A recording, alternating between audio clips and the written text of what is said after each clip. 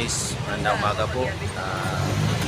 Dito tayo sa Rojas Rotunda sa Davao City po. Ngayong araw na to pumunta ako sa Danis Locksmith. Nagpagawa ko ng susi kasi nahulog yung aking susi ng motor. Kasama po yung aking TPS. Pambira guys. Pambira, nahulog talaga. Nandito ako, pinapagawa ko na. Ito yung tirador ng buwan.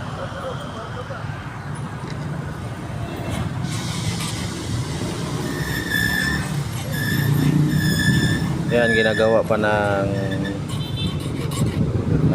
kay Danny Locksmith dito sa banda sa Rojas.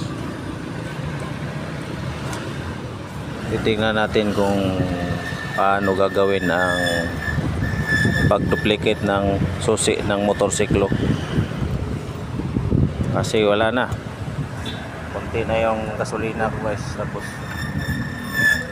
pag hindi ito magawa ng susi, wala na tayo yung pang gasolina, hindi na tayo makatakbo.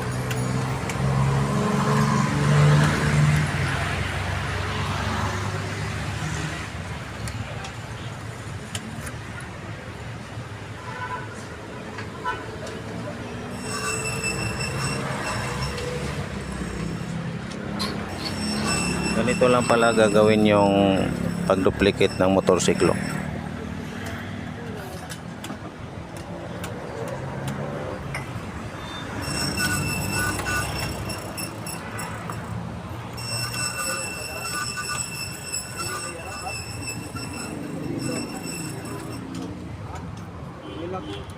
Okay na? Dire.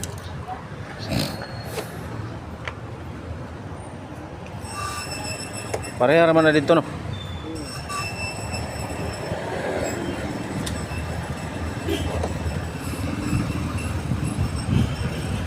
Dito tayo sa ano gitawagan na ba? Kalayaan. Freedom Rotunda.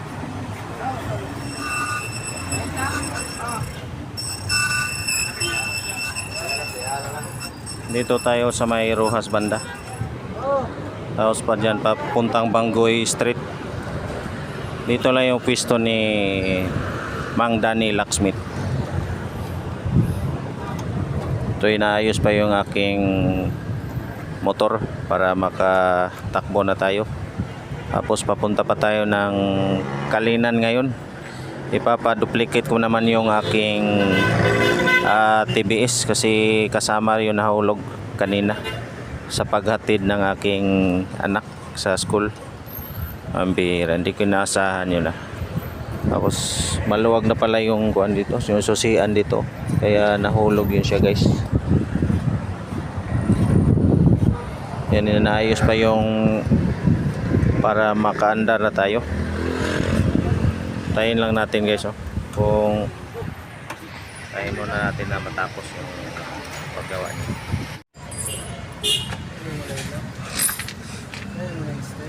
Yung shoutout ba sa akong channel ba? Shoutout Danny Locksmith. Danny Locksmith. Danny Locksmith din yung ako Andrea. Pa-duplicate og susi.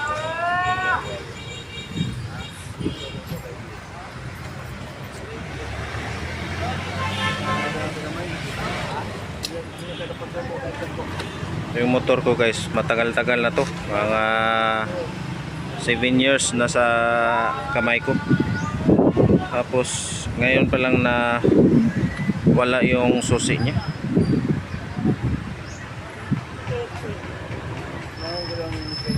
Ito lang yung sa tabi ng bandang Rojas yung kanilang pwesto.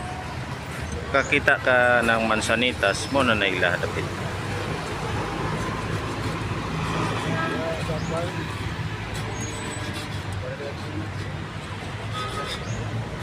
Ito yung motor na pinili ko noon guys kasi lalaki yung anak ko, yung babaeng na anak ko.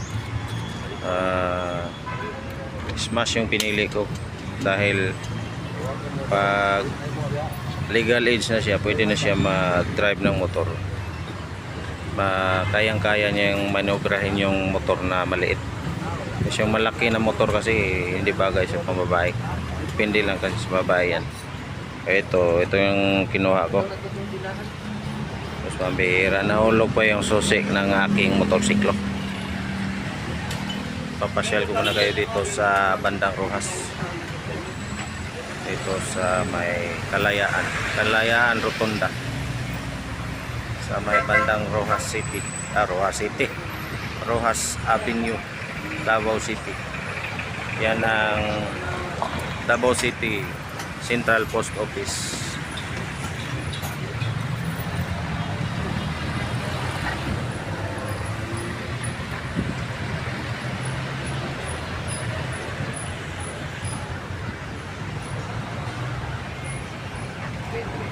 So guys, subukan natin guys. Okay. Ano siya man, duplicate? Pakapin. Guys, i-try natin kung okay na.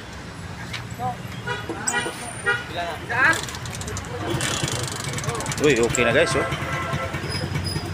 Ang galing ah. Natapos na guys. So, napakadali lang pala ayusin ng paggawa ng duplicate ng motor. So ngayon, umandar na. Yung problema natin, punta naman tayo ng Kalinan, paggawa naman tayo ng duplicate dun sa aking TBS Bao-Bao. So ngayon, bayaran muna natin. May free pa, 150 lang yung bayad ko dito eh.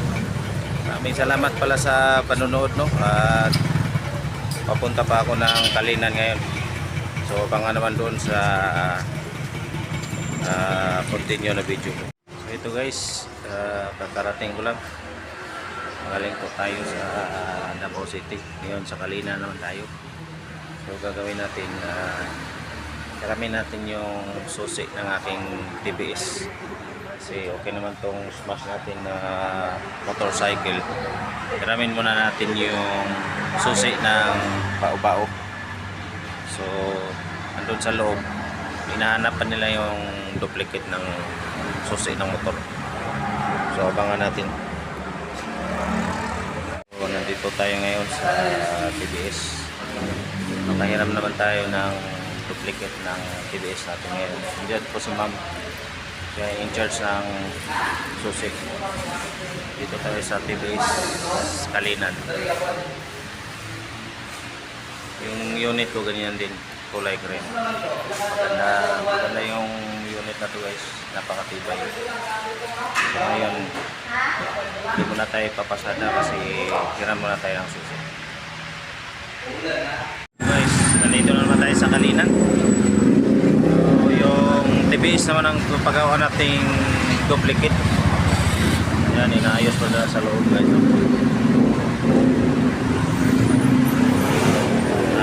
Hihintayin natin mamaya. So, matapos na to. So, pasyal-pasyal muna na tayo dito sa Kalinan. Ito yung lugar namin ni Brother Ralph at ni Mangili at saka ni Makinistang Piska. Yan ang lugar namin dito. Ito yung city ng bundok. Yan. Ayan. Dito kami namamalingki nung binata pa kami. Yan kami sumasakay sa may L3. Yan banda guys. Yan po. So habang hinihintay natin yung papayos ng duplicate tayo ng musik. So para makabiyahe tayo. So hintayin muna natin guys. So ngayon guys, uwi na tayo sa bahay. Subukan natin tong bago nating pinapagawa na duplicate na susi. So uwi muna tayo sa ating bahay. I-try natin kung gagana ba. Kung hindi, balik natin ito sa paggawa natin ito. So ngayon guys, uwi tayo para biyahe tayo ng kahit pa paano makabiyahe pa tayo. So maraming salamat sa panonood guys, no? So abangan nyo na yung next video. So ngayon guys, kakarating lang natin sa bahay.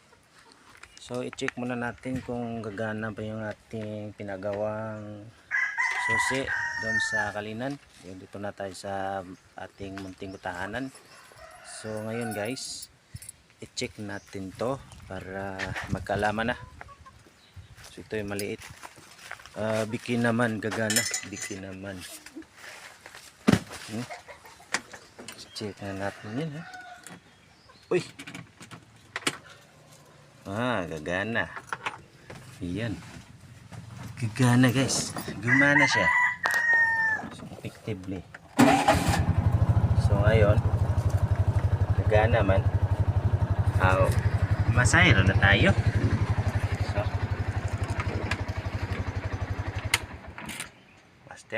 master yung nagawa natin na pinapagawa natin doon sa Kalinan. So maraming salamat sa Panginoon, no? Natapos na rin ang ating suliran. Uy. So na tayo sa ating munting tahanan. Nakauwi na tayo. So ito yung dogs namin.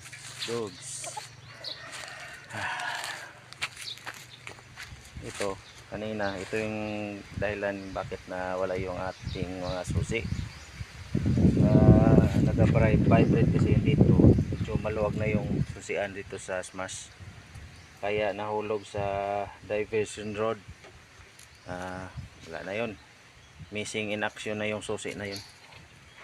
So gagawin natin, maliligo muna tayo at kakain. Maraming salamat pala sa 800 plus na subscriber ko.